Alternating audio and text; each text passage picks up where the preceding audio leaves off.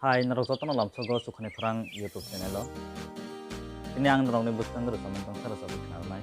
Orosamung ungkha ani sakbai thangbai snamjak o ani Jishu o ani Subrai orosamung kini narokni bustang rosabu khnar.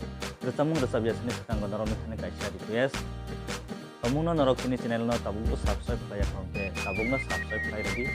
Tai jara subscribe khlai jarokno belai belai khna hambai. Hadi engke do nalayano usam.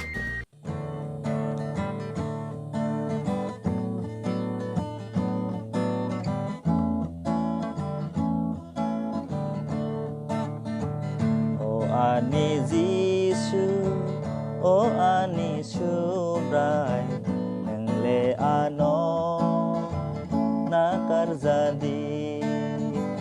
O ani Jishu, o ani Subrai, nengle ano nakar jadi. Saksani sumsongno gose woyangle phaiza otini nini thaniyo saksani sumsongno gose woyangle phaiza otini nini thaniyo o ani Jishu o ani Subrai ano nakar jadi. O ani Jishu o ani Subrai nengle ano nakar jadi.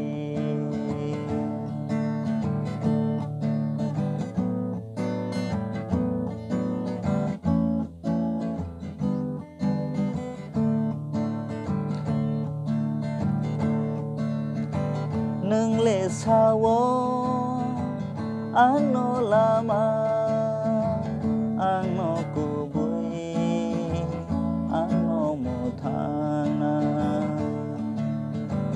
nengle sawo ano lama ano kubui ano muthana o ani Jishu o ani Subrai nengle ano nakar jadi.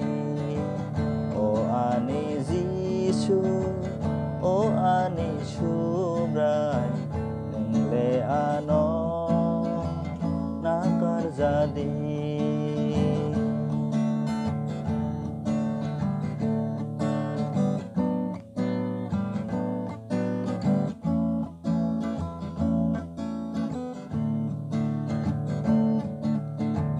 Nini cross ni thui bay susa way ano nengle ano kethar klai di.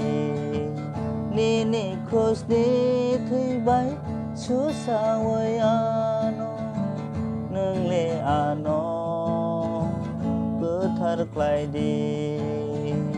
O ani Jishu o ani Subrai nengle ano nakar jadi.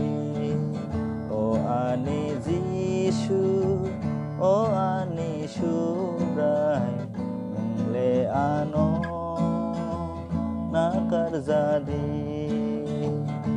Nengle ano nakar jadi. Nengle ano